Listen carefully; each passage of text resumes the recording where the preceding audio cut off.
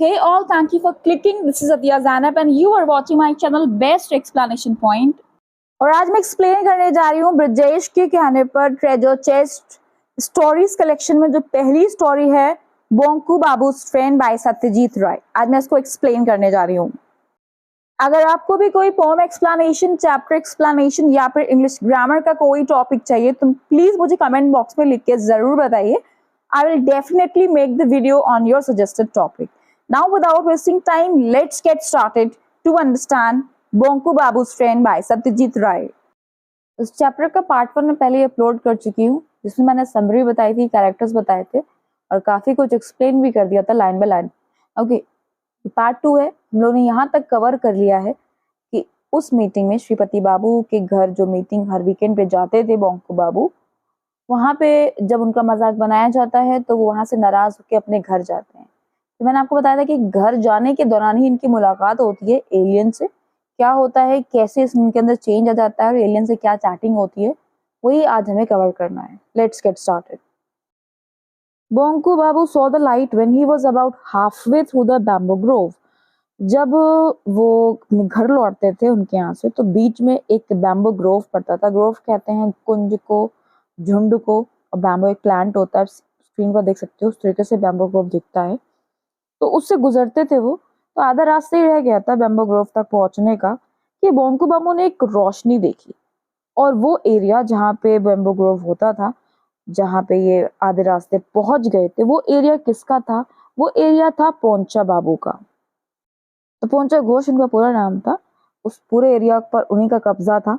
बोंकू बाबू के पास ना लैंटर्न थी उस वक्त, ना कोई टॉर्च वो लिए हुए थे।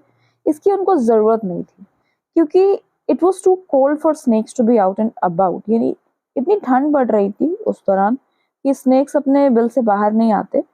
And he new his way very well. और बंकू बाबू को अपना रास्ता जहाँ से होकर उन्हें घर पहुंचना था, उनको अच्छे से आता था। और normally not many people took this route, और हर कोई इस रास्ते से नहीं गुजरता था। लेकिन ये रास्ता बंकू बाबू के लिए शॉर्टकट होता था। कुछ मिनट्स के बाद उनको कुछ अजीब सा महसूस हुआ। पहले तो he could not put his finger to it. जो भी अजीब सी चीज उनको महसूस हुई, जो रोशनी उन्होंने देखी, उसको वो टच नहीं कर पाए, अपनी उंगली उस पर नहीं रख पाए। Somehow things were different tonight. आज रात उनको कुछ चीजें कुछ अजीब सी लग रही थी। What was wrong? क्या अजीब था? What was missing? क्या गायब सा लग रहा था उनको? अचानक उन्हें एहसास हुआ कि था क्या। क्रिकेट्स जो झिंगुर होते हैं, जो जिनकी आवाज आया करती है, इंसेक्ट्स होते हैं, वो बहुत खामोश थे उस वक्त। नो वन वाज चर्पिंग, कोई चर्पिंग ही नहीं कर रहा था। उनके बोलने की आवाज ही नहीं आ रही थी झिंगुरों के। Usually the cricket sounded louder as he move deeper into the bamboo grove. और रोज क्या होता था, अक्सर झिंगुरों की आवाज बहुत ज्यादा हो जाती थी जैसे ही वो बैम्बू ग्रोव में एंटर होते थे। लेकिन आज कुछ उनको ऐसा कुछ महसूस नहीं हुआ। Today there was only an eerie silence. eerie मतलब होता है स्ट्रेंज, बड़ी अजीब सी आवाज उनको लग रही थी। हो क्या कहते हैं झुंगरों को? वेयर दे ऑल स्लीप, कहाँ ये सब जाके सो गए थे, कहाँ चले गए थे? पजल्ड बोंकू बाबू, बड़ा घबराए हुए से, बड़े कंफ्यूज से बोंकू बाबू वॉक्ड अनदर 20 yards। 20 यार्ड्स यहाँ स्टेप्स, 20 स्टेप्स और आगे बढ़ते हैं तो फिर अचानक से उनको एक रोशनी दिखती है। पहले तो उनको ये लगता है कि एक आग किसी ने छोड़ दी है, आग जल रही है। हो सकता है बैम्बू ग्रोव के बीच में किसी ने आग लगा दी हो। इन द क्लियरिंग, क्लियरिंग कहते हैं एक साफ से एरिया को जंगलों में जो छोड़ दिया जाता है कल्टीवेशन करने के लिए। यानी स्मॉल पॉन्ड के करीब जो एरिया उनको नजर आ रहा था, वहां पे एक आग का गोला टाइप का उनको लग रहा था। Quite a large area was glowing pink. और किस किस्म की आग थी, क्या कलर लग रहा था? एकदम पिंक कलर की ग्लो निकल रही थी उसमें से। A dull light shone on every branch and every leaf. और आसपास जो पेड़ थे बैम्बू ग्रोव में, हर पत्ती में ऐसा लग रहा था कि बहुत अजीब सी लाइट चमक रही है। Down below the ground behind the pond was lit by much stronger pink light। पत्तियों पर बड़ी धीमी सी अजीब सी डल किस्म की लाइट चमक रही थी हर पत्ती पर, हर ब्रांच पर। और पत्तियों के नीचे जो ग्राउंड थी, तालाब के पीछे की साइड, वो भी स्ट्रॉन्गर पिंक चमक रही थी। But it was not fire, यानी कि रोशनी जो दिख रही थी हर तरफ, ये आग नहीं थी, क्योंकि ये स्टिल थी। स्टिल मतलब अनमूविंग, रुकी हुई थी, चल नहीं रही थी। और आग की लपटें मूविंग होती है, लेकिन बोंको बाबू आगे बढ़ते रहे उसे देखने के लिए। अचानक से बोंको बाबू के कान बजने लगे, यानी कान में सीटियां बजने लगी। उन्हें कुछ अजीब सा महसूस हुआ। ऐसा लगा उन्हें कि कोई कुछ भुनभुना रहा है। और बड़ी देर तक एक लंबी सी और एक जैसी आवाज उनको सुनाई दे रही थी। There was no way he could stop it. कोई तरीका नहीं था कि उस आवाज को वो रोक लेते। बोंको बाबू ब्रोक आउट इनटू गूज पिंपल्स। उनके रोंगटे खड़े हो गए। और अजीब सी आवाज थी वो, लेकिन इररिप्रेसिबल, यानी कि एक ऐसी क्यूरियोसिटी उनके अंदर जाग रही थी ये जानने की कि ये सब हो क्या रहा है। इररिप्रेसिबल मतलब that can not be pressed, that can not be hidden. तो वाई वाज ही क्यूरियस? वो जानना चाह रहे थे कि ये सब चक्कर क्या है। As he went past a cluster of bamboo stems, an object came into view. अब वो और आगे बढ़ते हैं, उन बैम्बू स्टेम्स के बीच में झुंड, क्लस्टर मतलब भी झुंड होता है, बीच में जब वो बढ़ते हैं तो उनको एक ऑब्जेक्ट दिखाई पड़ता है। It looked like a giant glass बोल टर्न्ड अपसाइड डाउन। देखने में ये ऑब्जेक्ट एक बहुत बड़ा सा ग्लास बोल लग रहा था, उसे उल्टा करके रख दिया गया है। और उस ग्लास जैसे चीज ने पूरे पॉन्ड को कंप्लीटली ढक रखा था। तो एक्चुअली जो डिस्क्रिप्शन दिया जा रहा है, जाइंट बोल टर्न्ड अपसाइड डाउन, ये वो मशीन है जिसके अंदर बैठ कर वो एलियन आया है। Okay, it was through its translucent shade. वो जो मशीन है उसके ऊपर जो भी कवर था वो ट्रांसल्यूसेंट था। ट्रांसल्यूसेंट कहते हैं सेमी ट्रांसपेरेंट। ओके, उसके अंदर से एक स्ट्रॉन्ग जेंटल पिंक कलर की लाइट बाहर आ रही थी to turn the whole area radiant. और वो रोशनी जो बाहर आ रही थी उसकी वजह से बाहर का एरिया बहुत ज्यादा रेडियंट, बहुत चमकदार हो गया था। हर जगह रोशनी ही रोशनी हो रही थी। Not even in his wildest dreams had बोंको Babu witnessed such a strange scene. ख्वाबों में भी बोंको बाबू ने ऐसा स्ट्रेंज सीन आज तक नहीं देखा था। इसे देखने के बाद कुछ मिनट्स तक तो वो स्टन्ड रहे, बहुत ज्यादा वो बहुत चक्का से रहे, कंफ्यूज रहे, समझ में नहीं आ रहा था उन्हें कि सब है क्या। ही रियलाइज, उन्हें ये एहसास हुआ कि हालांकि वो जो ऑब्जेक्ट इनके सामने है स्टिल है, रुका हुआ है, लेकिन लाइफलेस नहीं लग रहा था वो, क्योंकि उसमें से ऑड फ्लिकर, फ्लिकर कह रहे हैं शाइनिंग को, कुछ चमक सी निकल रही थी, कुछ रोशनी सी निकल रही थी। और जो ग्लास बॉल टाइप मशीन जो दिख रही थी उसका जो माउंट था, उसके ऊपर जो एक उभार ऐसा था, आप स्क्रीन पर देख सकते हो माउंट किसे कहते हैं। तो उस ग्लास जैसा जो उभार था उस चीज पर, वो राइज कर रहा था, फॉल करती नहीं, ऊपर उठ रहा था, नीचे गिर रहा था। एग्जैक्टली वैसे ही जब हम सांस लेते हैं तो हमारा जो चेस्ट होता है अंदर बाहर होता है, वैसे ही उस जाइंट से ग्लास बॉल को देखकर लग रहा था बोंको बाबू को। बोंको बाबू कुछ और आगे बढ़ते हैं और बेटर लुक लेने के लिए, लेकिन अचानक से उन्हें एक इलेक्ट्रिक करंट लगता है पूरी बॉडी में। और अगले ही पल उन्हें ऐसा लगता है कि he was rendered completely immobile, कि उन पर किसी ने कुछ कर दिया है, वो इमोबाइल हो गए थे, चल फिर नहीं पा रहे थे, ऐसा लगता है किसी ने उनको बांध दिया है किसी चीज से। ठीक है, his hands and feet were tied with an invisible rope. एक रस्सी जैसा बांधने पर जो महसूस होता है वैसे उनको लग रहा था, लेकिन वो रस्सी दिख नहीं रही थी, इनविजिबल रोप थी। There was no strength left in his body. उनके शरीर में कोई ताकत ही नहीं रह गई थी कि वो मूव कर पाते, इमोबाइल हो गई थी। He could move neither forward nor back, ना वो आगे बढ़ पा रहे थे ना वो पीछे बढ़ पा रहे थे। A few moments later, बोंको Babu still fixed stiffly at the same spot. Stiffly कहते हैं unrelaxed position. कुछ समय के बाद बोंको बाबू अभी भी वहीं फिक्स खड़े हुए थे, इमोबाइल थे, बढ़ नहीं पा रहे थे और बड़ा वो अनरिलैक्स थे उसी जगह पर। उन्होंने देखा कि वो जो ऑब्जेक्ट है ग्रेजुअली उसने ब्रीदिंग करना स्टॉप कर दी, जो ऊपर नीचे अभी वो हो रहा था उसने ऐसा करना बंद कर दिया। All at once his ears ceased ringing and the humming stopped. और अब तक उनके कानों में जो घंटियां बज रही थी, सीज्ड कहते हैं स्टॉप्ड, घंटियां बजना रुक गई। एंड जो आवाज उनको अलग सी लग रही थी वो भी रुक जाती है। यानी कुल मिला के वो जो मशीन थी जिसमें वो आया था एलियन, वो चल रही थी, अब वो मशीन वो रुक गई है। A second later, कुछ सेकंड के बाद एक आवाज सी आई, shattering the silence of the night. अभी तक जो खामोशी उस रात छाई हुई थी उसको चीरती हुई एक आवाज आई। It sounded human but was extraordinarily thin. लग तो रहा था कि इस इंसान की आवाज़ है, लेकिन बहुत बारीक, बहुत पतली सी आवाज़ थी। मिलिपी पिंक क्रोक, मिलिपी पिंक क्रोक। और बड़ा तेजी से कुछ ये अल्फाज बोले गए थे। बोंको बाबू जम्प्ड अ लिटिल। जंप का मतलब ऐसे कूदना होता है, यानी इतना वो सरप्राइज हो गए थे कि अपनी जगह से थोड़ा सा वो हिले। उनको बड़ा सरप्राइज हुआ सुन के कि अजीब सी लैंग्वेज। उनके मन में आया व्हाट डिड इट मीन, इसका क्या मतलब है, क्या लैंग्वेज है ये, और स्पीकर कहाँ है, कौन बोल रहा है ये words. The next words the voice spoke made his heart jump again. अगली बार फिर एक आवाज आती है और फिर इनका दिल अजीब सा हो जाता है। और वो आवाज क्या होती है, who are you, who are you, पूछ रहे हैं, इंग्लिश में पूछ रहा है वो, हु आर यू, तुम कौन हो। Why these were English words was the question address to him. अब अंको बाबू के दिमाग में आ रहा है कि ये इंग्लिश क्यों बोल रहा है, और क्या वो ये मुझसे बात कर रहा है। बोंको बाबू स्वैलोड, बोंको बाबू ने मुंह में चिबाते हुए बोला, मतलब बहुत डरते हुए बोला, I am Bonku Bihari Dutt sir, Bonku Bihari Dutt. फिर उधर से क्वेश्चन हुआ उस एलियन की तरफ से, आर यू इंग्लिश, क्या तुम अंग्रेज हो। और बार बार पूछ रहा था, 2 बार पूछ रहा था एक ही बात को। तो बोंको बाबू ने वापस जवाब दिया, नहीं मैं बंगाली हूँ, और बंगाली कायस्थ हूँ मैं। This was followed by a short pause. उसके बाद थोड़ा सा उसने पॉज लिया, कुछ आवाज़ नहीं आई। फिर उसके थोड़ी देर बाद आवाज़ आती है, और क्लियरली ये सुनने के बाद कि वो बंगाली कायस्थ है, वो उसी की भाषा में एलियन बात करने लगता है बोंको बाबू से। नमस्कार। बोंको बाबू heaved a sigh of relief and returned the greeting. जब बोंको बाबू नमस्कार वर्ड सुनते हैं तो उन्हें जान में जान आती है कि ये अपना कोई इंसान है, मेरी भाषा बोल रहा है, तो उनके जान में जान आती है। ओके।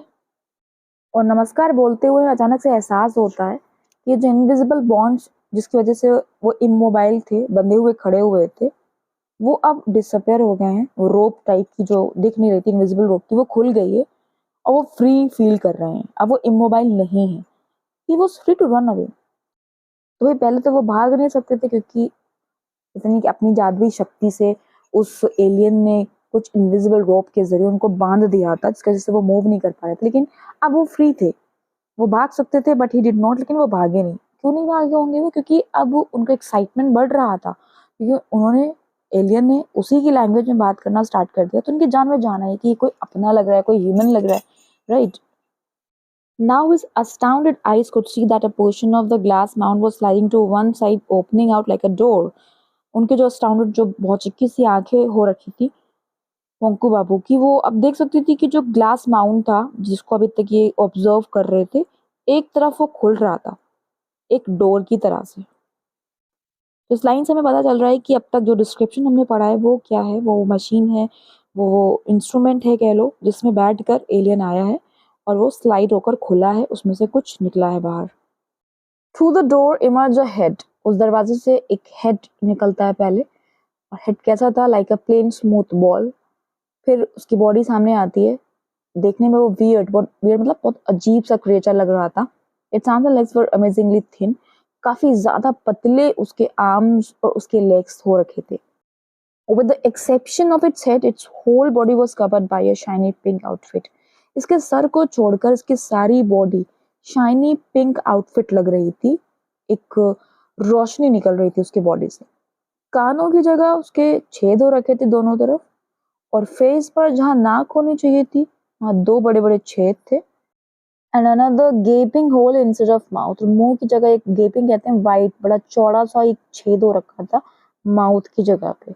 और बालों का तो नामो निशानी नहीं दिख रहा था कहीं पर। उसकी आंखें राउंड थी और ब्राइट येलो लग रही थी। They appear to be glowing in the dark. अंधेरा हो रखा था उस वक्त, उस अंधेरे में उसकी आंखें चमक रही थी। क्रिएचर धीरे धीरे आगे बढ़ता है पोंकू बाबू के पास और रुक जाता है उससे कुछ दूर पर।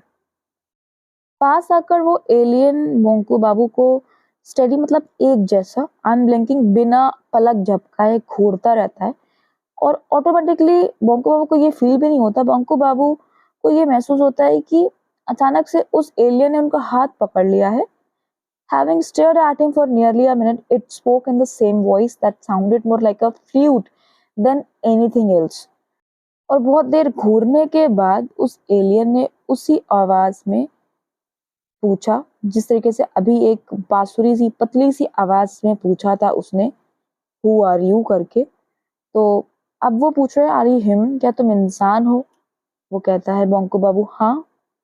फिर आगे वो एलियन पूछता है क्या ये अर्थ है, क्या ये अर्थ प्लैनेट है? तो वो जवाब देता है हाँ। अब वो एलियन कहता है आह आई थॉट एज मच, मैंने यही सोचा था। अब वो आगे पूरी बात बताता है अपनी कि वो यहाँ कैसे आ गया दूसरे प्लैनेट पे।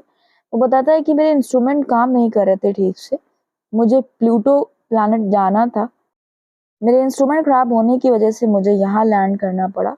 आई wasn't sure where I had landed, मुझे पता नहीं था कि मैंने कहाँ लैंड किया है, इसलिए मैंने तुमसे अपनी लैंग्वेज में पूछा जो कि प्लूटो पर बोली जाती है, लेकिन जब तुमने रिप्लाई नहीं किया I could tell I had landed on earth, मैं समझ गया कि मैं अर्थ प्लैनेट पे ही उतरा हूँ क्योंकि तुम्हें मेरी लैंग्वेज समझ में नहीं आ रही थी। फिर आगे वो एलियन बताता है complete waste of time and effort, मेरी ये मेहनत वेस्ट हो गई, यानी मुझे प्लूटो जाना था, मैं यहाँ आ गया, मेरी मेहनत बेकार हो गई। ऐसा पहले भी एक बार हो चुका है, मुझे मार्स जाना था, मार्स जाने के बजाय I veered off and went to Jupiter. Veer off कहते हैं to go into the wrong direction, मैं गलत डायरेक्शन में चला गया, नहीं जुपिटर चला गया मैं, मुझे मार्स जाना था।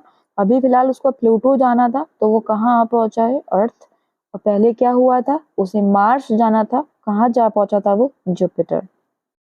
उस वक्त भी मेरा पूरा एक दिन वेस्ट हुआ था, मैं एक दिन देर से पहुंचा था, ही उसके लास्ट में वो हंस के कहता है। बोंको बाबा ये सब सुन के उनको समझ में नहीं आ रहा था कि व्हाट टू से, कहें क्या।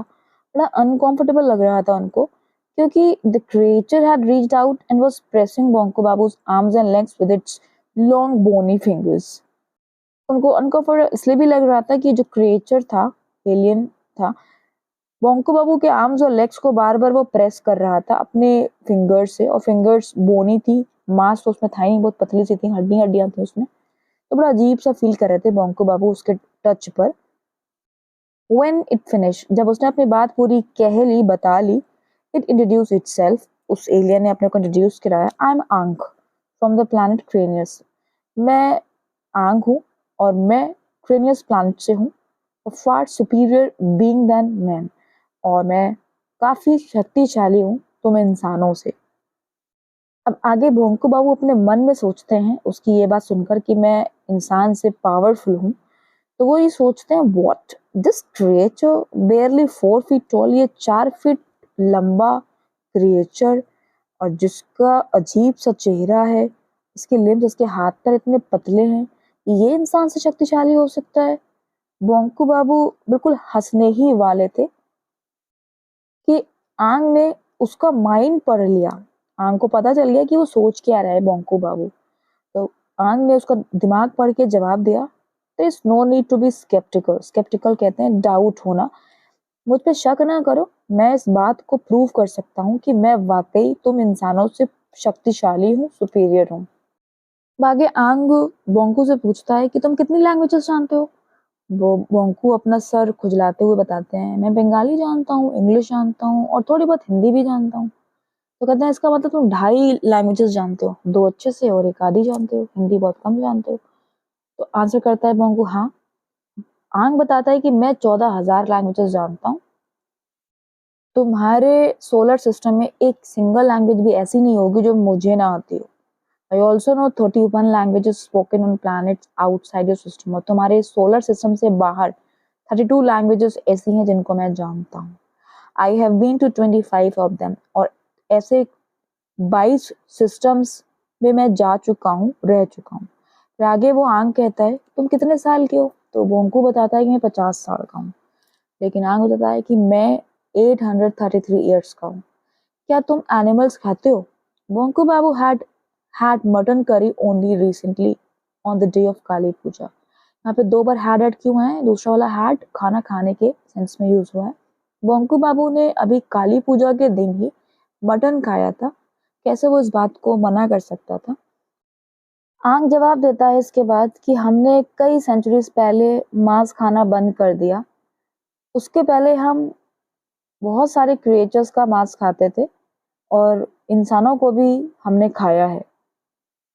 बोंकू बाबू swallowed hard, swallow hard एक इडियम होता है, मुहावरा होता है, उसका मतलब होता है hardly to believe. Bonku Babu ने बड़ी मुश्किल से सब चीजों को बिलीव किया कि ऐसा वाकई हो सकता है। फिर आंग उनसे बताता है take a look at this, जरा ये तो देखो, एक छोटा सा ऑब्जेक्ट आंग उनके सामने रखता है, कंकड़ की तरह लग रहा था, पत्थर की तरह लग रहा था। बंकू बाबू उसको टच करते हैं और टच करते ही उनको सेम इलेक्ट्रिक करंट पास होता है उनकी बॉडी से। He withdrew his hand at once और तुरंत वो अपना हाथ पीछे कर लेते हैं। इस पर आंग मुस्कुराता है और कहता है कि अभी कुछ देर पहले तुम 1 इंच भी आगे नहीं बढ़ सकते थे। You know why? तुम्हें पता है क्यों? क्योंकि मेरे पास ये चीज है मेरे हाथ में। मैं किसी को भी इस चीज के जरिए अपने करीब आने से रोक सकता हूँ। Nothing can be more effective than this in making an enemy utterly powerless without actually hurting him physically. इस चीज से ज्यादा इफेक्टिव कुछ नहीं हो सकता कि जो सामने वाले दुश्मन को पावरलेस भी कर ले और उसको फिजिकली कोई नुकसान भी ना होने पाए। मैं अपने दुश्मन को इस यंत्र के जरिए रोक सकता हूँ कहीं भी अपने पास आने से। Now Bonku Babu was genuinely taken aback. Taken aback भी एक इडियम होता है, इसका मतलब होता है सरप्राइज हो जाना। बंकू बाबू ये देखकर वाकई शॉक्ड हो जाते हैं। His mind was coming out of its stunned state. Again, same line repeat की गई, बड़ा वो शॉक फील कर रहे थे। आंग कहता है, Is there any place that you have wished to visit? कोई ऐसी जगह है जहाँ तुम घूमना चाहते थे, या कोई scene that you have longed to see, तुम काफी टाइम से देखना चाह रहे थे, इच्छा कर रहे थे। लॉन्ग मतलब होता है विश करना, बट नेवर कुड, लेकिन तुम नहीं जा पाए, उस सीन को नहीं देख पाए। बोंकू बाबू थॉट, बोंकू बाबू अपने दिमाग में सोचने लगते हैं, why the whole world remain to be seen. देखा जाए तो पूरी दुनिया ही मैंने नहीं देखी है। उन्होंने ज्योग्राफी पढ़ाई, but what he had seen except a few villages and towns in Bengal. Bengal में केवल कुछ गांव और कस्बे ही देखे हैं। बंगाल में भी काफी ऐसी चीजें हैं जो उनको देखने का मौका ही नहीं मिला, जैसे कि snow cap Himalayas, sea shore in Digha, the forest in Sundarbans, और ये सारी जगह उन्होंने देखी ही नहीं इस बंगाल में रहने के बाद भी। However, he mentioned none of these thoughts to आंग, लेकिन इन सारे थॉट्स को उन्होंने शेयर नहीं किया आंग से, और वो बोले, there is so much I would like to see, बहुत कुछ है जो मैं देखना चाहूंगा। फाइनली एडमिट करते हैं उस चीज को, वाकई बहुत सारी चीजें हैं जिनको वो देखना चाहते हैं। But most of all I think I would like to visit the North Pole. I come from a warm country of sea, so क्योंकि मैं एक वार्म कंट्री से बिलोंग करता हूँ, तो मेरा मन है कि मैं अपनी बात को छोड़ देते हैं आगे, यानी वो यही कहना चाह रहे हैं, मुझे कुछ बर्फीली जगह देखनी है, मुझे कुछ वार्म से हटकर कुछ देखना है, क्योंकि मैं वार्म कंट्री में रहता हूँ। राइट, तो आंग took out a small tube. अब इसके बाद आंग अपने एक छोटे से ट्यूब निकालता है। One end of it was covered by a piece of glass. उस छोटे से ट्यूब का एक सिरा ग्लास का था। Take a look through this, Ang ने इनवाइट किया बोंको बाबू को इसके जरिए देखो, झांको। Bonku Babu peered through the glass, peered कहते हैं झांकने को। बोंको बाबू उस ग्लास से झांकने लगे and felt all his hair rise, और जैसे ही उन्होंने झांका, उन्होंने महसूस किया कि उनके सारे जो बाल थे सर के, वो सब उड़ने लगे। Could this be true? उनके दिमाग में ये आने लगा कि क्या ये सच है, वाकई ऐसा हो रहा है मेरे साथ, क्या वाकई वो अपनी आंखों को बिलीव कर सकते हैं? Before him stretch an endless expanse of snow dotted with large hillocks. उनके सामने एक बड़ा सा स्नोई डॉटेड लार्ज हिलॉक्स सामने था उनके, जो कि बर्फ वगैरह से ढका हुआ था, और उनके ऊपर अगेंस्ट डीप ब्लू स्काई, बहुत ही नीला सा आसमान था। All the colours of a rainbow were forming different patterns. Rainbow form हो रखे थे वहां पे, और चेंजिंग एवरी सेकेंड, और हर सेकेंड उसका पैटर्न रेनबो का चेंज हो रहा था। ऑरोरा बोरियालिस, ये जो पैटर्न, जो चेंजेस दिख रहे थे उनको, इसको ही बोला जाता है ऑरोरा बोरियालिस। ज्योग्राफी अगर आपने पढ़ी हो तो पता हो। तो ऑरोरा बोरियालिस का उन्होंने एक्सपीरियंस किया। फिर आगे देखा कि ये क्या था, एक इग्लू उनको दिखाई दिया, और बहुत सारे पोलर बियर्स का ग्रुप था। Wait, there was another animal, दूसरा एक जानवर भी उनको दिखाई दिया, एक अजीब सा, पेक्यूलियर कहते हैं अगेन, स्पेशल, अजीब सा क्रिएचर उनको दिखाई दिया। ये वॉलरस था, और दो वॉलरस थे इनफैक्ट, और दोनों आपस में लड़ रहे थे। उनके जो टस्क थी, उनकी जो सूंड थी, वो बेयर्ड थी, कोई उस पे कुछ हेयर वगैरह नहीं थे। लार्ज एस रेडिशेस, और इतनी लंबी थी जैसे मूलियां, रेडिश मतलब मूली। And they were attacking each other, दोनों दूसरे को अटैक कर रहे थे। Streams of bright red blood were flowing on the soft white snow. Soft white snow पे झरने भी बह रहे थे, और उन झरनों का कलर ऐसा लग रहा था ब्राइट रेड ब्लड हो। दिसंबर का महीना था और Bonku Babu was looking in area hidden under layers of snow. दिसंबर का महीना था और बोंको बाबू एक ऐसा एरिया उस वक्त देख रहे थे जो बर्फ की लेयर से, तहों से छुपा हुआ था नीचे। Still he broke out into a sweat, लेकिन फिर भी उनको पसीने आ रहे थे। पसीने इसलिए आ रहे थे क्योंकि वो शॉक्ड हो रहे थे कि वाकई उनकी आंखें सही देख रही हैं या जो वो एक्सपीरियंस कर रहे हैं वो सच है या नहीं। इसके बाद आंग उनसे पूछता है, ब्राजील का क्या इरादा है, उसे देखना विश करोगे तुम? बोंको बाबू को एकदम से याद आया परहनास। परहनास एक तरीके की मछलियां होती हैं, फ्रेश वाटर में रहती हैं। Those deadly carnivorous fish, amazing. How did this Ang know what he would like to see? Bonku Babu को ये बड़ा आश्चर्य हो रहा था कि कैसे आंग को पता चल जा रहा है कि बोंको बाबू क्या देखना चाह रहे हैं। बोंको बाबू पीयर्ड थ्रू द ट्यूब अगेन, दोबारा उस ट्यूब के जरिए से झांकते हैं। अब उनको एक डेंस फॉरेस्ट दिख रहा था। Only a little scattered sunlight had crept in through the almost impenetrable foliage. Impenetrable का मतलब होता है impossible to enter, और foliage का मतलब होता है collectively जो पत्तियों का एक ग्रुप होता है। तो कहा जा रहा है कि इतना ज्यादा वो डेंस था, घना था, पत्तियां बहुत ज्यादा थी, कोई एंटर नहीं हो सकता था उसमें। बहुत ही थोड़ी सी सनलाइट वहां पहुंच रही थी। There's a huge tree, बहुत बड़ा सा एक पेड़ था और उसमें से ब्रांच लटक रही थी। What was that? Oh God, he could never even have imagined the size of the snake. अब उन्होंने एक स्नेक देखा और इसका साइज वो इमेजिन भी नहीं कर सकते थे। उन्होंने एनाकोंडा देखा था। The name flashed through his mind, उनके माइंड में, दिमाग में आया। Yes, he had read about it in an old issue of the National Geographic magazine. उन्होंने मैगजीन में ये सब चीजें पढ़ी थी। It was said to be much, much larger than a python. और ये एनाकोंडा उनको पाइथन से भी बड़ा महसूस हो रहा था। But where was the fish? Oh, here was a canal. अब वो फिश को सोचते हैं कि वो कहाँ, दिख नहीं रही है। एक केनाल उनको दिखाई देती है, एक नहर दिखाई देती है। क्रोकोडाइल्स लाइन्स इट्स बैंक, किनारे पर इसके क्रोकोडाइल्स बैठे हुए थे जो कि सो रहे थे सूरज की रोशनी में। वन ऑफ देम मूव, में से एक मूव कर रहा था। और ये क्रोकोडाइल कहाँ जा रहा था? It was going to go in to the water, ये पानी में जा रहा था और आवाज आती है स्प्लैश की। बोंको बाबू को साफ आवाज सुनाई दी। फिर अचानक से वो महसूस करते हैं, what was that? The crocodile had jumped out of the water very quickly. और वापस से पानी में जाने के बाद से दोबारा वो उस पानी से निकल आता है। Could it be the same one that went in only a few seconds ago? क्या ये वही क्रोकोडाइल है जो अभी अंदर गया था पानी में? वो सोचने लगते हैं। With his eyes nearly popping out, उनकी आंखें ऐसा लग रहा था कि भी बाहर निकल पड़ेंगी, यानी इतना ज्यादा वो सरप्राइज थे ये सब चीजें देखकर। बोंको बाबू ने नोट किया कि there was virtually no flesh left on the belly of the crocodile. Belly मतलब पेट। क्रोकोडाइल के बेली पर कोई मांस बचा ही नहीं था, हड्डियां दिख रही थी। बोन्स वर शोइंग थ्रू क्लियरली, साफ साफ हड्डियां दिख रही थी। और जो बचा कुचा उसका फ्लैश दिख रहा था, उसमें 5 मछलियां नजर आ रही थी शार्प टीथ की। ठीक है ना, ये देख के लग रहा था कि उस क्रोकोडाइल की कितनी मॉन्स्ट्रस एपेटाइट है, कितना वो खाता है। और ये मछलियां कौन सी थी? परनहास। मुझे यहाँ थोड़ा सा कंफ्यूजन है कि भाई रिमेनिंग फ्लैश पर मछलियां उसके फ्लैश को खा रही थी या उसके फ्लैश में मछलियां दिख रही थी उसको। मुझे ये कंफ्यूजन है। मैंने गूगल भी किया कि क्या परनहास जो मछलियां होती हैं वो क्रोकोडाइल को खाती हैं या नहीं खाती हैं, तो कई सारे रिजल्ट्स ये दिखा रहे थे कि नहीं खाती हैं, इनफैक्ट क्रोकोडाइल्स उन्हें खाते हैं। तो वट जो भी हो, मैंने आपको समझा दिया है। बोंको बाबू अब और देख नहीं पा रहे थे, उनसे बर्दाश्त नहीं हो रहा था, इतना अजीब अजीब सीन्स वो देख रहे थे। उनके हाथ पैर कपकपा रहे थे और हिज हेड रियल पेनफुल, उनको चक्कर आ रहा था, उनके सर में चक्कर आ रहा था ये सब चीजें देखकर। अब जब एंग ने उनकी हालत देखी तो एंग ने कहा, now do you believe that we are superior? अब तुम्हें तो यकीन है कि हम ज्यादा सुपीरियर हैं? Ang wanted to know, Ang को ये पता करना था। बोंको Babu ran his tongue over his parched lips. Parched कहते हैं ड्राई, सूखे। सूखे हुए होठों पर वो अपनी जबान फेरते हैं कुछ बोलने के लिए और कहते हैं yes, O yes, certainly, of course. कहते हैं बेशक, कोई इसमें डाउट ही नहीं है कि यस तुम ही लोग सुपीरियर हो।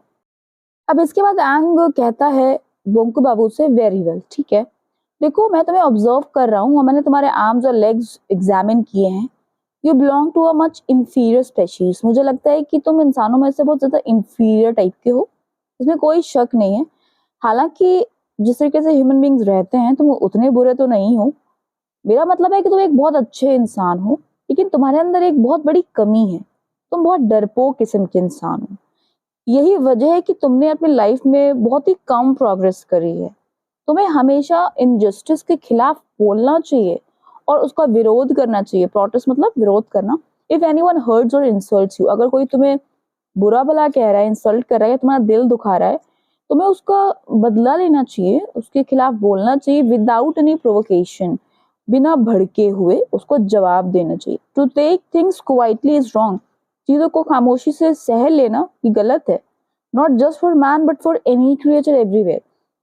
केवल ये इंसानों की बात नहीं है, ये हर तरीके के क्रिएचर के लिए सही है कि अपने अगेंस्ट कोई अगर आपसे कुछ कह रहा है तो आप उसकी बात को जवाब दीजिए। एनीवे, बहुत अच्छा लगा तुमसे मिलकर। I wasn't really suppose to be here at this time, मुझे यहाँ होना तो नहीं चाहिए था। There is no point in wasting more time on your earth, और यहाँ पे ज्यादा टाइम वेस्ट करना अब सही नहीं है। आई हैड बेटर गो, मुझे बेहतर है यहाँ से चले जाना चाहिए। ये सुनकर बोंको बाबू कहते हैं, good bye mister Ang, I am very glad to have met your. मुझे बहुत ही खुशी हुई। आगे वो कुछ कहना ही चाह रहे थे। Bonku Babu could not complete his sentence, अपना सेंटेंस वो कंप्लीट भी नहीं करने पाते हैं कि एक सेकेंड से भी कम टाइम लगता है almost before he could grasp what was happening. इससे पहले वो ग्रास्प मतलब वो समझ पाते कि हो क्या रहा था। Ang had left into his spaceship, Ang अपने स्पेसशिप में जाके बैठ जाता है and risen over Pancha Ghosh bamboo grove, और वहां से ऊपर उड़ जाता है, जो कि अभी तक पोंचा घोष के बैम्बू ग्रोव में थे ये लोग। देन ही वैनिश्ड कंप्लीटली, एकदम से पूरी तरीके से गायब हो जाता है। बोंको बाबू को अभी ये एहसास होता है कि जो झिंगुर अब तक चुप थे वो दोबारा से चर्प करने लगे हैं। It was really quite late, बहुत रात हो चुकी थी, लेट हो गया था। बोंको Babu resumed walking towards his home, वो वापस से अपने घर चलने लगते हैं, लेकिन अभी भी उनका जो माइंड था वो वंडरस हेज में था। हेज कहते हैं, कंप्लीटली शॉक थे वो अभी भी। Slowly the full implications of the recent events began to sink in. Implications कहते हैं इफेक्ट को, अभी से उन्होंने देखा है, जो छाप उनके दिमाग में पड़ी है वो उनके दिमाग में घूम रही थी। A man, no it was not a man. अब वो सोचते हैं कि क्या ये इंसान था? नहीं, ये इंसान तो नहीं था, ये एंग था और दूसरे अननोन प्लैनेट से आया था। Who knew if anyone had ever heard its name? कौन जानता है कि किसी ने उसका नाम भी पहले सुना हो और उससे बात करी हो। हाउ एक्स्ट्राऑर्डिनरी, कितना अनकॉमन, कितना अजीब था ये सब। हाउ कंप्लीटली इनक्रेडिबल, इसको तो यकीन भी नहीं किया जा सकता है। There were billions and billions of people in the world, इस दुनिया में जाने कितने सारे लोग हैं, but who got the chance to have this wonderful experience. लेकिन आज तक किसको ऐसा मौका मिला होगा इतना खूबसूरत। Ponko Beri the teacher of geography in Bengali in the Kankurgachi village primary school, मुझे ये मौका मिला है, नो वन एल्स, और किसी को नहीं। तो फ्रॉम टुडे वाली ये जो लाइन लिखी है ये वापस से सत्यजीत राय हम रीडर्स को बता रहे हैं। फ्रॉम टुडे, आज से at least, in this particular matter he was unique.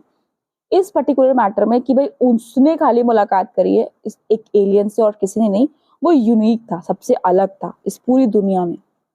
बोंको Babu को एहसास हुआ that he was no longer walking with a spring in every step, he was actually dancing. उसे एहसास हुआ कि वो चल नहीं रहा है, खुशी से झूम रहा है, यानी डांस कर रहा है। अगला दिन संडे था और हर कोई हर बार की तरह जो श्रीपति बाबू की यहाँ मीटिंग होती थी वहां आ पहुंचा था, क्योंकि कल एंग आया था, एलियन आया था इनके गांव में। तो प्रेस रिपोर्टर्स को थोड़ी बहुत जो खबर मिली होगी वो अखबार में छापी होगी, तो वही रिपोर्ट की खबर चल रही थी इन लोगों के बीच। There was a report local paper में कि स्ट्रेंज लाइट देखी गई है, लेकिन बहुत ही कम इसके बारे में रिपोर्ट लिखी हुई थी। और ये लाइट जो है वो had been seen by a handful of people in only 2 places in Bengal. Bengal में केवल 2 जगह ये लाइट बहुत ही कम लोगों ने देखी थी। It was therefore being put in the same category as sightings of flying saucers. क्योंकि ज्यादा जानकारी लोगों के पास नहीं थी, इसीलिए लोगों ने ये समझा कि ये फ्लाइंग सॉसर्स ही हो सकती है। Tonight पोंचा Ghosh was also present at the meeting. आज पोंचा घोष भी उस मीटिंग में आए हुए थे और वो अपने बैम्बू ग्रोव के बारे में बता रहे थे कि एकदम से ऑल द बैम्बूज, जितने बैम्बूज के उनके प्लांट थे around the pond in the middle of the wood had lost all there leaves. जितनी पत्तियां उसमें लगी हुई थी सब एकदम से गिर गईं, गायब ही हो गई पत्तियां। It was not unusual for leaves to drop off in winter. सर्दियों में कभी ऐसा नहीं हुआ कि पत्तियां झड़ जाएं। इस बार ऐसा हुआ तो बड़ा ये अनयूजुअल था, अनकॉमन था। But for so many plants to become totally bare overnight was certainly a remarkable occurrence. रातों रात पूरी सारी पत्तियों का गायब हो जाना एक अजीबी, एक नोट करने वाली बात थी। हर कोई इसी के बारे में बात कर रहा था। अचानक से भैरव चक्रवर्ती बोलता है, भाई बोंकू नहीं आया आज, बोंकू लेट हो गया आने में। और हर कोई अब बात करना बंद कर देता है। अब तक किसी ने नोटिस ही नहीं किया था कि बोंकू बाबू आया नहीं है। I don't think Bunkum will show his face here today. Didn't he get an earful yesterday when he tried to open his mouth? Nidhu बाबू कहते हैं कि मुझे नहीं लगता कि बंकुम आज अपना चेहरा भी यहाँ दिखा पाएगा। याद नहीं है कल कैसे हमने उसको खरी खोटी सुनाई थी जब उसने अपना मुंह खोलना चाहा था कि कहीं दूसरे ग्रह से अगर कोई इंसान आ जाएगा तो क्या होगा। तो हम लोग ने उसको खरी खोटी सुनाई थी। मुझे नहीं लगता कि ये खरी खोटी सुनने के बाद वो यहाँ आ पाएगा। इस पर श्रीपति बाबू कहते हैं नहीं नहीं नहीं, we must have Bonku. Bonku भैया होना चाहिए। राम कन्हैया तुम जाओ और देखो उसको यहाँ पकड़ के लेके आओ। राम कन्हैया कहता है ठीक है, मैं फौरन जाता हूँ जैसी मेरी चाय फिनिश होती है। और राम कन्हैया अपना सिप लगाने ही वाला था, बोंकू बाबू एंटर करते हैं इस रूम को। नो टू से एंटर्ड, अब ये लाइन भी सत्यजीत राय ने हम रीडर से कही है कि एंटर्ड वर्ड कहना सही नहीं होगा, गलत होगा। It was as if a small hurricane swept inside in the guise of a short dark man. यानी एंटर कहना गलत होगा। किस तरीके से एंट्री मारी थी बोंकू बाबू ने, जैसे लग रहा था कि कोई हरिकेन, कोई तूफान सा आ गया हो एक शॉर्ट डार्क मैन के रूप में। Throwing everyone into stunned silence, कि हर कोई उसको देखकर साइलेंस में डूब गया। अब थोड़ी देर जो सन्नाटा छा गया उसकी एंट्री पर, क्योंकि बहुत कॉन्फिडेंटली उसने एंटर किया था बोंकू बाबू ने। अब कुछ एक्शन करता है बोंकू बाबू। Bonko Babu burst into a guffaw and laughed appropriately for a whole minute. Guffaw कहते हैं loud and heartily laughter, बहुत ठहाका लगा के जो हंसी होती है उसे। और appropriately का मतलब होता है ना shouting manner, यानी बहुत चिल्ला के, बहुत बहुत ज्यादा शोर के साथ वो ठहाका लगाता है, हंसता है बोंको बाबू। The like of which no one had heard before, आज तक ऐसी हंसी किसी ने भी उसके मुंह से नहीं सुनी थी। Not even Bonku Babu himself, Bonku Babu ने खुद ही नहीं सुनी होगी। आज तक वो इस तरीके से हंसे ही नहीं थे। और इतनी देर हंसने के बाद जब वो फाइनली रुक जाता है बोंकू बाबू, ही क्लियर्ड हिज थ्रोट, अपना गला साफ करता है और बोलना शुरू करता है। अब वो धज्जियां उड़ाएगा अपने फ्रेंड्स की। अब वो कहता है friends I have great pleasure, दोस्तों मुझे बहुत खुशी हो रही है बताने में, that this is the last time, आखिरी समय है, ये आखिरी वक्त है, लास्ट मौका है कि तुम मुझे अपनी मीटिंग्स में देख रहे हो। The only reason I am here today, सिर्फ रीजन जो आज मैं यहाँ पर हूँ इतना सा है कि मैं तुम्हें कुछ बताना चाहता हूँ, कुछ सच बताना चाहता हूँ यहाँ से जाने से पहले। नंबर 1, पहला तो ये है तुम सब के लिए कि you all speak a great deal of absolute rubbish. तुम लोग सब लोग यहाँ बैठ के बकवास भरी बातें करते हो। ओनली इडियट्स, केवल मूर्ख लोग ही उन चीजों के बारे में बात करते हैं जिन्हें उन्हें पता ही नहीं होती है। तुम्हें जो चीज पता नहीं होती तुम उसके बारे में ऐसे बात करते हो जो तुम्हें सब कुछ पता है। तुम सब बेवकूफी वाली बातें करते हो। नंबर 2, ये चंडी बाबू के लिए वर्ड्स हैं। चंडी बाबू, तुम्हारे एज के लोग पे ये शोभा नहीं देता है कि तुम दूसरों के जूते छुपा दो और अम्ब्रेला छुपा दो। ये सब बचकानी बातें हैं। अपनी एज देखो और अपने काम देखो। टोटली स्टूपिड एंड रॉन्ग हरकत है तुम्हारी। Kindly return my umbrella and brown canvas shoes to my house tomorrow. कृपया करके कल मेरे घर मेरा छाता और मेरे जो शूज हैं पहुंचा देना कल मेरे घर पे। अब निधु बाबू का नंबर आता है। बंकू बाबू निधु बाबू को सुनाते हैं, अगर तुमने मुझे अब बंकुम पुकारा तो मैं तुमको निटविट पुकारूंगा, and you must learn to live with that, और तुम्हें वो बर्दाश्त करना होगा। और श्रीपति बाबू, आप ऑफ कोर्स बहुत ही इंपॉर्टेंट मैन है। आपके कुछ चमचाज वगैरह, साइकोफेंट्स मतलब फ्लैटरिंग वाले जो लोग होते हैं आसपास लगे रहते हैं। बेशक आपके बहुत सारे चम्मच हैं, बहुत सारे लोग आपकी खिदमत में लगे रहते हैं, but let me tell you, लेकिन आप मेरे से ये चीज सुन लीजिए, आज से you can not count me out. आप मुझे उस गिनती में मत लीजिएगा कि मैं आपकी चम्मचगिरी करूंगा। इफ यू लाइक, अगर आपको पसंद है, I can send my cat to you, मैं अपनी बिल्ली आपके पास भेजूंगा। बेहतर होगा कि वो आपके पैर चाटे, मैं यहाँ नहीं आने से रहा। And no you are here as well Poncha Babu. ओ पोंचा बाबू, तुम भी यहीं हो। Let me inform you and everyone else, तुम्हें और मैं हर किसी को यहाँ बता दूं कि लास्ट नाइट क्या हुआ था। लास्ट नाइट एक एलियन दूसरे प्लैनेट प्रेनियस से यहाँ आया था और तुम्हारे बैम्बू ग्रोव पॉन्ड में ही उसने लैंड किया था और हमारी काफी लंबी चैट हुई। द मैन, ओह मैं मैन क्यों बोल रहा हूँ, उसका नाम आंग था, वॉज मोस्ट अमेबल। अमेबल कहते हैं फ्रेंडली को, और उसका नेचर बहुत ही अच्छा था, फ्रेंडली नेचर था। बोंकू बाबू finished his speech and slapped Bhairav चक्रवर्ती's back so hard that he choked. Bhairav चक्रवर्ती ने इस बोंकू बाबू के पीठ पे मारा था ना, तो बोंकू बाबू भी अपनी स्पीच को फिनिश करने के बाद भैरव चक्रवर्ती के पीठ पे इतनी जोर से मारते हैं दैट ही चोक्ड, कि उसके खांसी निकल आती है, फंदा सा लग जाता है। Then he made his exit, और वो वहां से निकल जाते हैं Bonko Babu, striding out with a bounce and a whistle. इसके बाद बोंको अपना एग्जिट लेता है, स्ट्राइडिंग आउट यानी उछलते हुए और सीढ़ी बजाते हुए, यानी बहुत ही कॉन्फिडेंट होकर वो वहां से निकल रहा था। उसकी आंखों में चमक थी, हिज हेड हेल्ड हाई, उसका सर ऊपर हो रखा था, ऊंचा हुआ था। अब वो नीचे नहीं देख रहा था, हमेशा वो नीचे देखा करता था। इन द सेम इंस्टेंट, उसी वक्त जैसे वो बाहर निकलता है, राम कनाई के हाथ से वो कप छूट जाता है और टुकड़े टुकड़े हो जाता है, और जो गर्म चाय होती है वो ऑलमोस्ट सबके ऊपर उसकी छींटे पड़ जाती हैं। एक्सप्लेनेशन आपको कैसा लगा मुझे कमेंट बॉक्स में लिख के जरूर बताइए। प्लीज अपने फ्रेंड से शेयर जरूर करिए। Thank you for watching.